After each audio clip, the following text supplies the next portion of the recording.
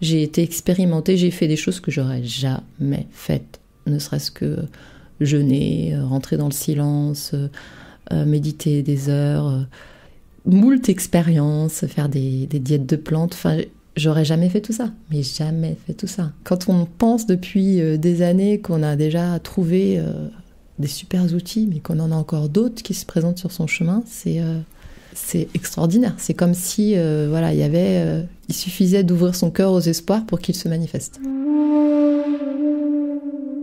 Bienvenue dans Looping, des itinéraires d'aventuriers spirituels. Je vous emmène virevolter dans les multiples virages que prend la vie quand on commence à s'asseoir et à regarder à l'intérieur de soi.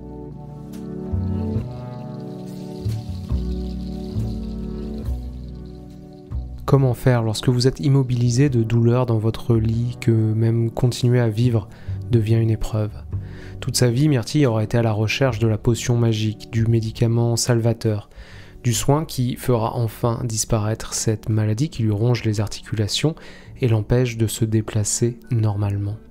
Son apprentissage sera qu'il n'y a pas de remède miracle, mais que par chance, la fortune a placé sur son chemin d'innombrables rencontres qui lui feront prendre conscience que la vie est comme un long jeu d'aventure et que chaque instant est là pour nous apprendre quelque chose.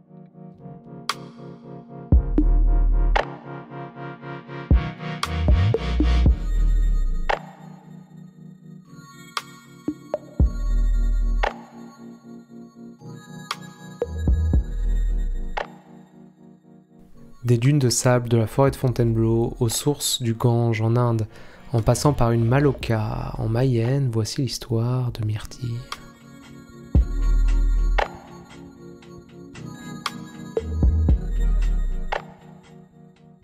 Alors mon prénom c'est Myrtille. C'est toujours un prénom qui fait beaucoup réagir et que je pense qui était déjà prédestiné à montrer mon attache à la forêt dans laquelle j'ai grandi. J'ai grandi en forêt de Fontainebleau. Et c'est mes racines, c'est le cas de le dire. Donc, alors j'ai grandi dans une famille que j'aime bien nommer d'alternative, parce que je ne sais pas trop comment la nommer. C'était un petit peu les dernières communautés. C'était les années 80, donc c'était plutôt déjà un peu terminé cette vague des hippies qui vivaient en communauté. Mais chez nous, non, c'était pas terminé. Mes parents étaient partis vivre dans les Cévennes, sans eau, sans électricité, vraiment dans l'autosuffisance. Puis ensuite, les communautés se sont enchaînées en Normandie, et puis en région de Fontainebleau. Donc moi, j'étais dans cette dernière communauté où on a vécu avec plein d'adultes, toujours. Moi, il y avait plein d'enfants aussi, mais je veux dire, il y avait plusieurs familles qui vivaient ensemble. Et avec, une philosophie de vie quand même très, très proche, de la nature, du respect des savoir-faire anciens aussi. Donc voilà, il y avait déjà ce souffle-là. Et alors, on a grandi dans cette maison où il y avait toujours plein de monde. Et puis, avec par exemple, des méthodes pour se soigner qui étaient assez fantastiques. Que mes parents nous disaient toujours... tu es malade, prends le livre. Il y en avait une livre qui s'appelait La pharmacie du bon Dieu. Et va dans le jardin et trouve la plante pour te soigner. Donc ça me paraissait complètement normal, mais maintenant quand je le raconte, je me rends compte à quel point c'était absolument rare et je pense très, très original de faire ça. Et du coup, je suis devenue une grande passionnée des plantes, des guérisons, de la guérison par la nature. Et les autres enfants cherchaient en venant chez nous la télé ou... Parfois les repères, où est le pain au chocolat. Enfin, nous, on avait une tranche de pain avec le miel de nos abeilles et la pomme du jardin. Et on n'avait pas des Mars, en fait. Donc, on était un peu différents, mais des fois, ça leur plaisait beaucoup aussi. Parce qu'il y avait quelque chose de vrai qui remontait en eux, je pense, maintenant, avec mon analyse d'adulte. Donc j'avais aussi des amis qui me disaient « mais c'est extraordinaire chez toi, c'est extraordinaire ». Ils n'avaient pas expliqué pourquoi et je pense que ça devait être ça. J'ai commencé la danse très très très jeune. Pour moi, je pense que ça a dû être une méditation, un peu comme les soufis qui tournent, dans les derviches tourneurs qui tournent et qui atteignent un état de transe totale. J'atteignais ça en permanence depuis l'enfance dès que je dansais. C'est-à-dire que je pouvais avoir n'importe quelle douleur physique, morale. Je dansais, c'était complètement terminé puisque j'étais en union totale, puisque mon corps vivait le mouvement, se mettait dans une telle symbiose avec les autres plans de l'être que j'étais, j'en suis sûre, en état de méditation.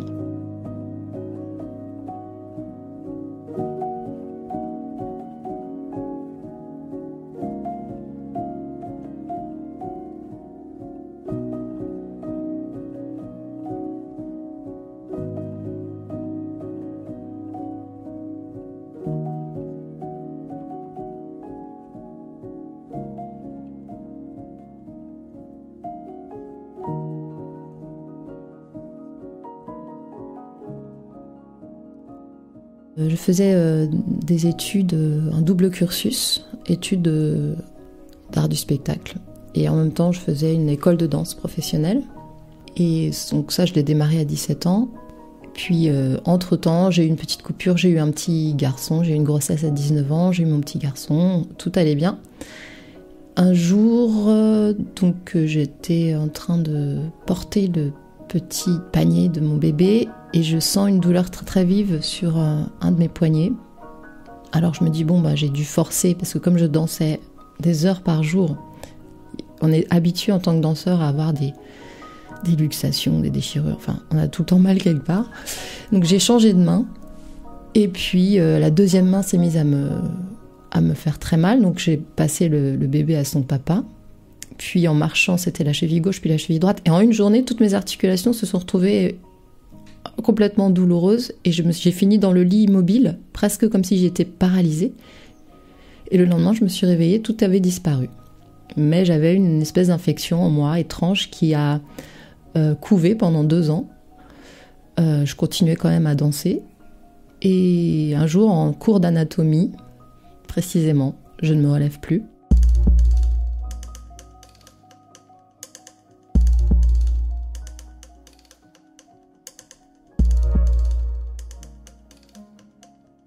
Voilà, l'évidence se pointe que j'ai vraiment un problème plutôt grave. Je n'arrive plus à m'appuyer sur mes pieds, sur mes mains en fait, comme si elles étaient complètement cassées, enflées, pire qu'une entorse quoi. C'est-à-dire que je ne pouvais plus utiliser mon corps. Je me relève quand même, mais je me relève très difficilement, je m'en vais très difficilement, je rentre et puis là c'est parti pour 1 ou 2 ans d'investigation pour essayer de comprendre ce qui se passe.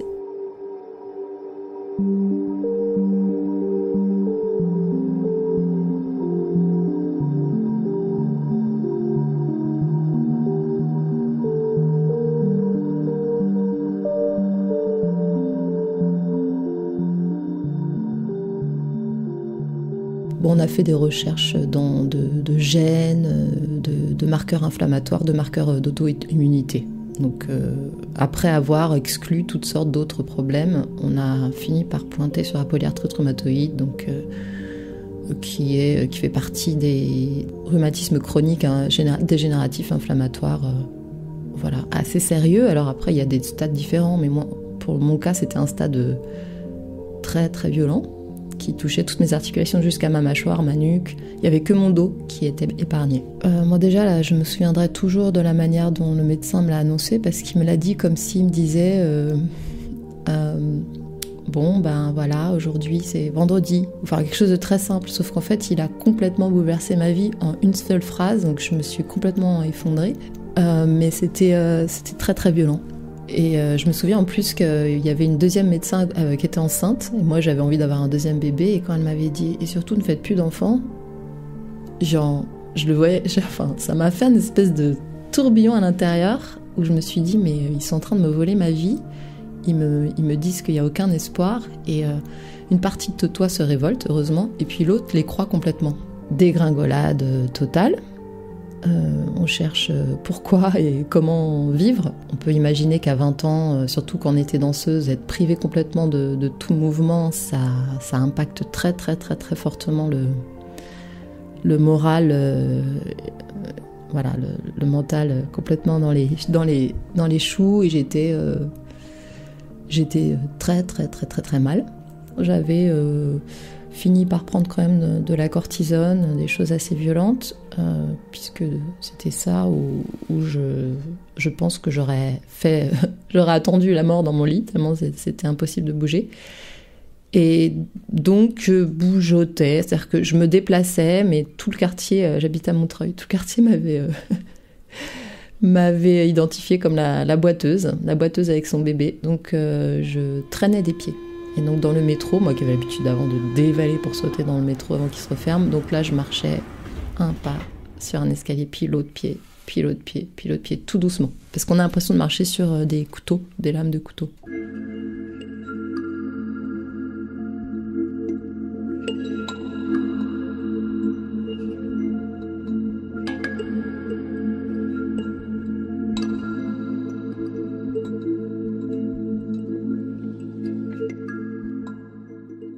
Alors, dans les mois qui suivent cette annonce, on me propose tout un protocole en fait de médicaments assez violent, d'où il faut prendre tous les médicaments les uns après les autres, parce qu'on te donnera le traitement qui fonctionne que si d'abord tu as raté sur tous les autres. Donc, ça a été des essayages de médicaments, je me suis recouverte de taches violettes, enfin j'ai fait des réactions dans tous les sens, mais je les ai pris parce que j'étais trop désespérée.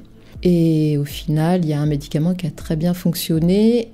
Et j'avoue qu'il m'a sorti la tête de l'eau et qui m'a permis... Alors c'est là aussi que souvent je remercie quand même cette médecine qu'on a tendance à rejeter, à cracher dessus. Il y a des maladresses, il y a des choses qui sont mal faites, mal comprises, mais il y a aussi des traitements qui te permettent de vivre. Donc là, ce traitement-là, qui est un traitement très très à la pointe, m'a permis de sortir la tête de l'eau et de vraiment amorcer tout ce qui maintenant fait que ce traitement, je n'ai presque plus besoin de le prendre en fait. Mais voilà, donc les années qui suivent sont très très difficiles par ce manque d'espoir que vous insuffle l'autorité suprême étant le médecin. J'avais plus du tout envie de vivre. Et d'abord, mon premier réflexe a été d'utiliser toutes les armes qu'on m'avait inculquées dans l'enfance, de revenir vers la nature, la naturopathie, d'essayer toutes les médecines douces, mais rien n'a fonctionné sur le coup. J'ai changé complètement d'alimentation, ça m'a aidé à avoir un corps qui resplendissait, mais de l'intérieur, ça ne fonctionnait toujours pas. Et c'est le fait d'avoir ajouté à la naturopathie le yoga. Un jour, je me décide quand même, ce corps que je pouvais à peine traîner, d'aller voir un cours de yoga. Pour moi, un cours de yoga, c'était un truc de personnes âgées, ennuyeuses. Enfin, j'avais des a priori pas possibles. J'avais l'impression à nouveau d'avoir droit de me déplacer. C'est très... Ça paraît quand on sait, peut-être quand on n'a jamais vécu ça, on ne se rend pas compte, mais ne pas pouvoir se déplacer, c'est très bizarre. Moi, j'avais une sensation d'une eau chaude qui coulait à nouveau dans les endroits où elle ne coulait plus du tout. Cette irrigation me ramène progressivement dans le mouvement. Je retrouve ma mobilité, je retrouve mon corps, vraiment.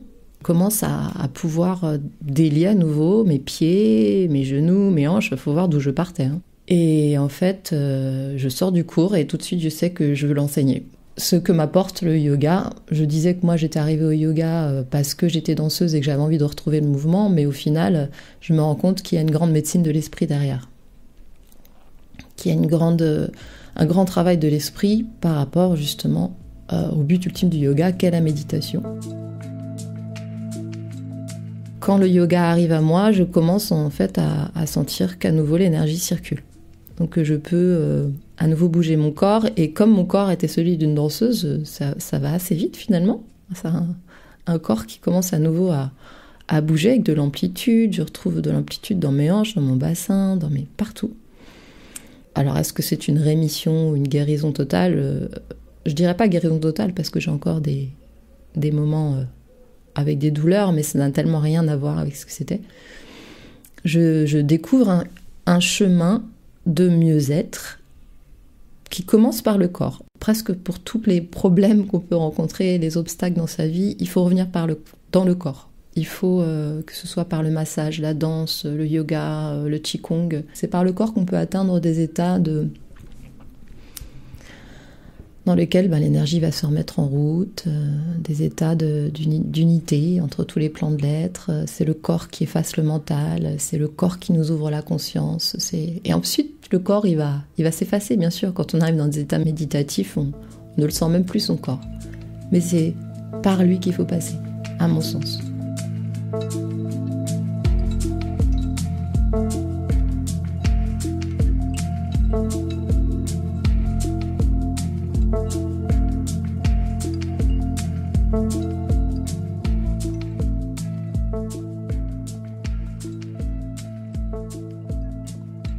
Donc quand je sors du premier cours de yoga, je dis tout de suite au professeur de yoga, donc moi je veux enseigner le yoga. Et il me dit, pas de souci, si tu veux, à partir de maintenant, tu vas m'assister dans mes cours. Parce que tu m'as l'air quand même d'avoir de sacrés atouts au niveau corporel, mais bon, ça c'est une toute petite facette du yoga. Et je pars en Inde. Je pars en Inde faire un premier cursus à Rishikesh, auprès d'une grande école qui est située au bord du Gange. Et je découvre d'abord l'hatha yoga dans la méthode indienne, c'est-à-dire la façon d'enseigner qu'ont les Indiens, très rigoureuse, assez sévère, assez stricte, mais en même temps c'est intéressant, toujours intéressant de sortir de son confort pour grandir sa zone de confort. Alors la manière qu'ils ont de transmettre la philosophie et la méditation, elle est très abrupte, c'est-à-dire que tu t'assois et puis voilà quoi. Tu médites, sauf que c'était que des pensées qui arrivaient, la chaleur, je n'arrivais pas du tout à méditer. Je disais à mes maîtres en Inde, mais c'est pas possible de pas penser, parce que de toute façon, quand on pense pas, on pense à pas penser, voilà, c'était vraiment jusqu'au jour où j'ai eu plus rien. J'étais assise depuis des heures couverte de mouches, j'en pouvais plus, et puis tout à coup... Je me souviens que c'était jaune et qu'il n'y avait plus rien et qu'un bruit m'a fait revenir. Et je me dis, oula, ça fait combien de temps que je suis dans cet espace de béatitude, de lumière ? Et là, j'y ai cru. Et donc, ça m'a mis beaucoup de temps parce que le yoga, je le pratique depuis très longtemps, mais la méditation, au final, il m'a fallu, sur toute ma pratique de yoga, il m'a fallu, ce ne sont que vers les dernières années, je dirais que depuis... 7 ans seulement, j'arrive à méditer. Je me suis intéressée à tout ça, j'avais déjà 30 ans. Et je parviens à faire ma première longue et véritable méditation, c'est-à-dire vraiment celle où je n'ai plus aucun usage du mental, qu'à 36 ans. Donc c'est quand même, ça m'a pris un temps fou. Dans mon cas, j'ai tellement médité que je tombe très rapidement dans des ondes très basses, mais que le reste du temps, j'étais dans des ondes plutôt assez hautes, et qu'en fait, c'est intéressant de méditer, mais il faut aussi apprendre à les ondes alpha, c'est-à-dire celles qui sont... Je n'ai pas les yeux fermés, je ne suis pas immobile, je suis dans l'action, je suis dans le concret, mais je suis pleinement là, conscient et calme. Ça, c'est les ondes alpha, qui me manquaient et que j'ai travaillé beaucoup plus tard.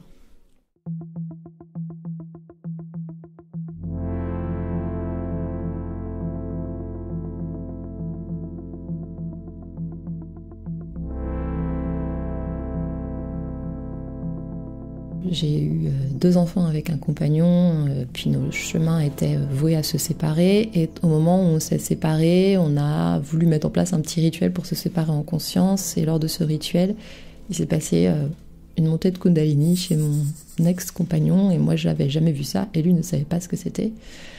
Et c'est extrêmement impressionnant.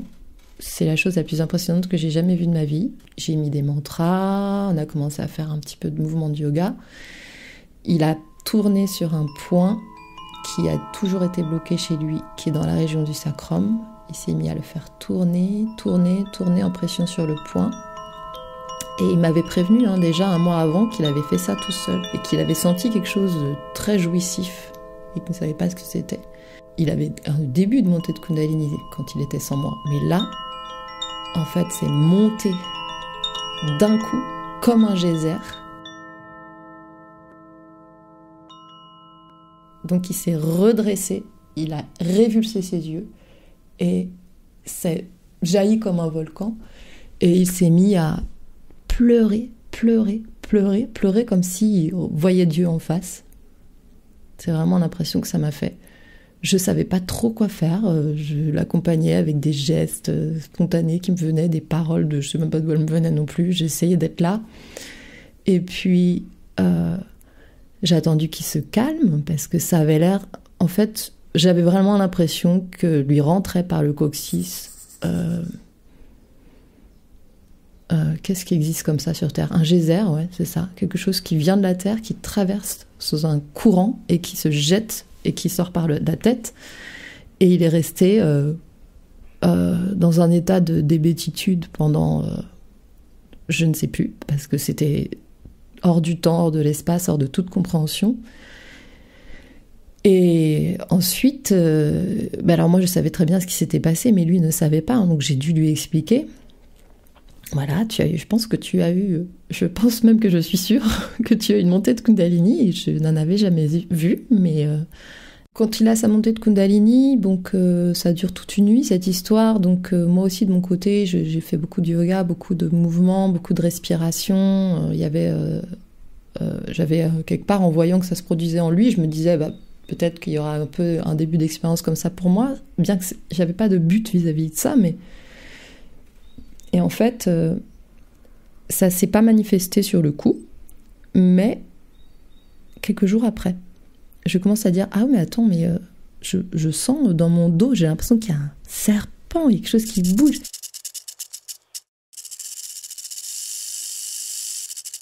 Je me dis « Mais alors, c'est quoi ? Est-ce que c'est parce que ça a mis du temps ?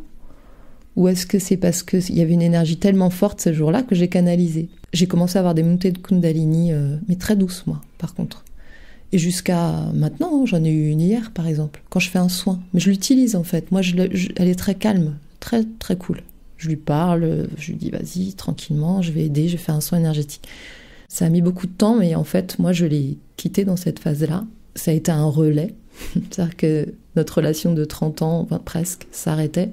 Et il y avait un passage avec cette énergie qui s'est transférée dans mon corps, puis après qui a révélé celle de mon compagnon d'après. Donc moi, j'ai toujours du mal à comprendre ce qui s'est passé, parce que je trouve que c'est vraiment très impressionnant comme histoire. Une espèce de rebondi d'énergie qui traverse 2 personnes, 3 personnes. Et puis ça continue. Alors lui, il continue son chemin, moi je continue le mien.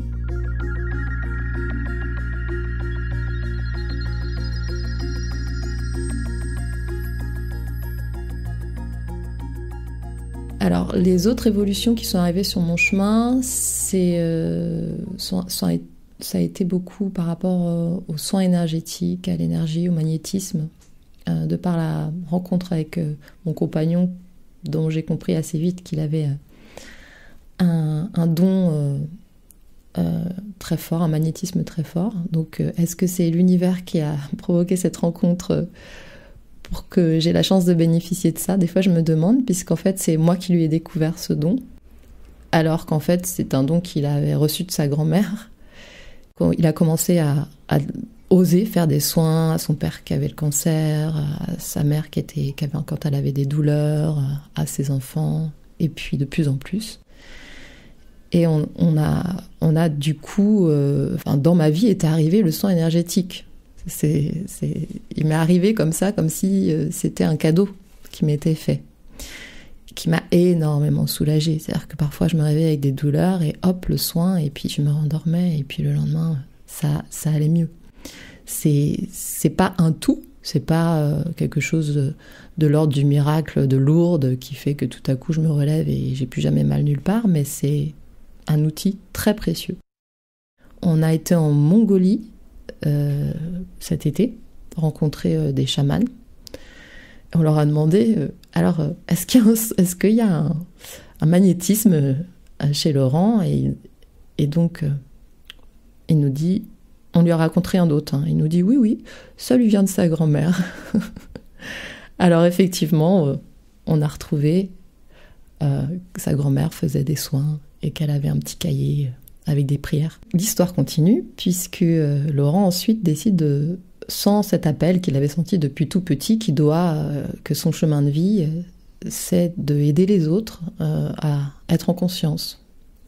Donc moi, c'est ce qu'il avait commencé à faire avec moi, qui m'a énormément grandi. Et puis il a décidé de se former en hypnothérapie humaniste. Et voilà encore une autre avancée fulgurante qui s'est mise sur mon chemin vis-à-vis de cette maladie, vis-à-vis et au-delà de la maladie, j'ai envie de dire, parce que c'est pas parce qu'on a une maladie que tout est tourné sur on veut soigner cette maladie. On a envie d'être dans la compréhension de l'existence, hein, tout simplement, de notre rôle dans ce monde. Et bien ça a été vraiment l'avancée récente, et ça ne fait que 3 ans. Donc c'est quand on pense depuis des années qu'on a déjà trouvé des super outils, mais qu'on en a encore d'autres qui se présentent sur son chemin, c'est extraordinaire. C'est comme si il suffisait d'ouvrir son cœur aux espoirs pour qu'il se manifeste.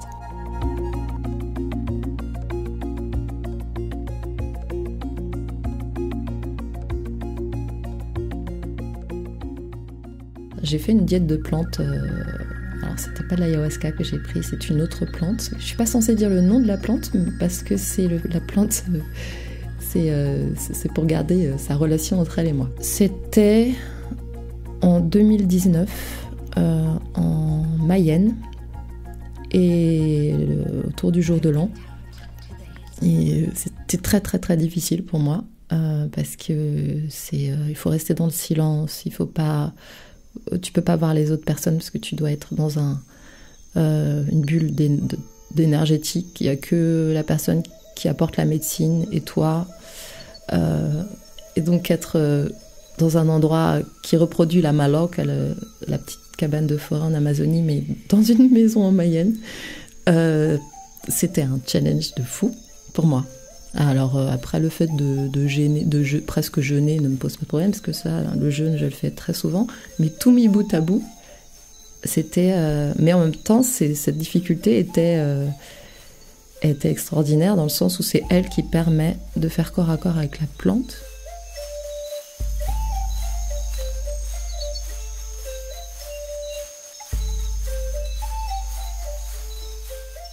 Donc ça devient vraiment... le corps est tellement allégé déjà au niveau, ne serait-ce que alimentaire, donc il n'y a pas d'autres principes actifs qui viennent contrecarrer la plante. Donc la plante, elle est dans le corps, elle est à l'extérieur du corps, elle est dans le corps énergétique, elle est dans l'âme, elle est dans le cœur, et elle fait un vrai travail. Et lors de cette diète de plantes, j'ai listé toutes les choses qui m'avaient paru pouvoir être des causes de cette maladie. J'ai subi une agression, un viol à 17 ans avec une arme, donc ça pouvait évidemment en faire partie. J'ai un héritage familial avec, quand j'étais dans le ventre de ma mère, il y a un autre enfant qui devait naître de ma tante, et en fait ma tante a eu un accident, elle est maintenant paraplégique. Alors est-ce qu'à 20 ans j'ai rejoué le scénario de ma tante? Et il y a beaucoup de choses en fait, je ne sais pas. Je pense qu'on est tous bien servis et on peut juste émettre des hypothèses. Donc j'ai eu d'autres pistes. Hein. Je me suis fait une bonne liste de 10-15 pistes. Et puis ce qui est marrant, c'est qu'avec cette diète de plantes, tous les matins je me réveillais et j'avais fait un rêve sur le sujet d'un des points de la liste. Et donc ces plantes-là qui font des vraies psychothérapies en fait, m'a permis de comprendre que c'était sûrement un petit peu de ceci, un petit peu de cela, peut-être un petit peu karmique également. Alors après, est-ce que je me trompe en disant ça? Mais j'ai l'impression qu'effectivement, c'est bien de connaître les causes, de travailler dessus, mais c'est pas la peine non plus d'aller chercher au fond du pourquoi toujours, mais plutôt d'avancer. Ça fait partie des choses pour lesquelles j'ai beaucoup de gratitude. Et il y en a d'autres. Hein. Pour moi, en fait, ma guérison, qui n'est pas terminée, mais qui est en bonne voie, j'ai cette image de la roue médecine, avec un petit peu que j'ai refaçonné à ma façon. Donc, c'est de s'imaginer entouré de tout un panel de méthodes, un peu comme choisir une palette d'outils thérapeutiques, d'outils de développement, d'outils pour se grandir, d'outils pour aller au cœur de son âme, et je les mets tous ensemble. Donc oui, bien sûr, le yoga Et la méditation surtout, oui, bien sûr, mais aussi le soin énergétique, des méthodes avec des plantes, des bains spécifiques, des pratiques corporelles, des pratiques avec des plantes médecine. Donc tout ça mis bout à bout. Cette maladie, on va l'appeler ça comme ça, parfois, maintenant, évidemment avec 20 ans de recul, je peux l'apercevoir comme Alors un cadeau, c'est un petit peu... T'as pas toujours envie de dire ça. Il y a une forme quand même de gratitude sur tout l'enseignement qu'elle m'a permis d'aller rechercher, en tout cas. Est-ce que je l'ai acquis ? Je souhaite en avoir acquis un petit peu, mais en tout cas, j'ai été chercher, j'ai été expérimenter, j'ai fait des choses que j'aurais jamais faites. Ne serait-ce que jeûner, rentrer dans le silence, méditer des heures, faire des moult expériences, faire des diètes de plantes. Enfin, j'aurais jamais fait tout ça, mais jamais fait tout ça. Donc, bien sûr, j'ai la gratitude vis-à-vis de ça.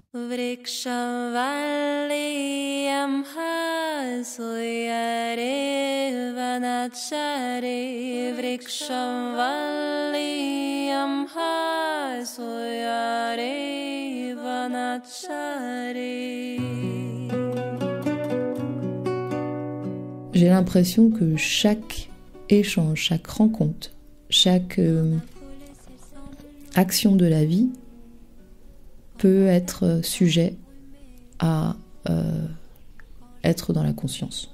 Alors est-ce que c'est ça qu'on va appeler méditer ? Pas forcément, mais en tout cas c'est ça qui m'intéresse. Et je pense qu'à chaque fois que l'univers mettra sur ma route une porte intéressante pour continuer à m'ouvrir, je la prendrai avec mesure et curiosité et cœur ouvert. Quand d'un coup le ciel semble lourd, quand ma tête est embrumée, quand je vois grandir autour le béton et la fumée, j'essaie de poser mes pas et prendre le sentier qui me ramènera où le temps n'est plus compté. Quand j'étais petit à la télé, il y avait cette émission avec un gros extraterrestre bleu. Peut-être vous vous souvenez, le Big Deal. Des participants faisaient tourner une grosse roue et pouvaient repartir avec des cadeaux mystères. La roue de la vie a parfois grincé, parfois été rouillée pour Myrtille, et aussi parfois l'encoche s'est arrêtée au bon endroit. Le destin a alors placé sur son chemin pile l'aventure qu'elle devait vivre, pour aller vers sa propre guérison, vers son propre éveil de conscience. Par rapport aux précédents épisodes de Looping, dans celui-ci, il n'a pas seulement été question de méditation, même si pour Myrtille, cette technique a soutenu toutes les autres. Et c'est aussi grâce aux plantes, aux jeûnes, au yoga, au massage, à l'hypnose et aux soins énergétiques qu'elle doit son rayonnement actuel et aussi à un autre ingrédient que je gardais pour la fin, le chant, car Myrtille est une artiste reconnue qui, après un premier album en 2005, a sorti en 2021 un nouvel opus assez intime intitulé Onilé et que vous trouverez, si ça vous intéresse, sur toutes les plateformes d'écoute. Auprès de mon arbre, j'aime tant l'écouter rêver.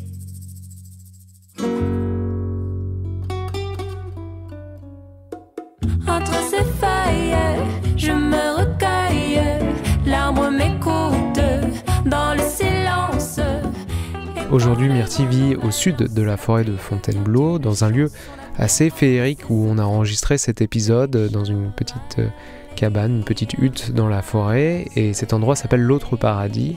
Il reçoit des groupes pour des retraites holistiques, et si ça vous intéresse, vous trouverez toutes les infos à l'adresse web l'autreparadis toutattaché.life.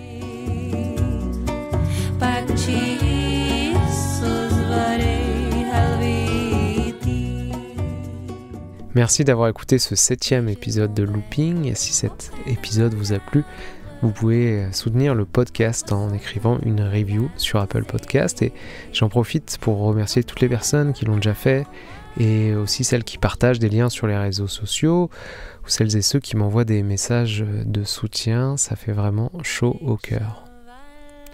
On se retrouve bientôt pour un nouvel épisode où on ira dans un lieu de méditation vraiment emblématique qu'on a la chance d'avoir ici en France, car des méditants du monde entier viennent y pratiquer. On ira donc la prochaine fois au village des Pruniers, en Dordogne. À la prochaine fois donc, et d'ici là, si vous croisez Vincent Lagaffe qui fait une montée de Kundalini, chantez-lui quelques mantras, ça devrait l'apaiser. Bonne méditation à toutes et à tous, à la prochaine, ciao, bye bye. Et je m'en vais.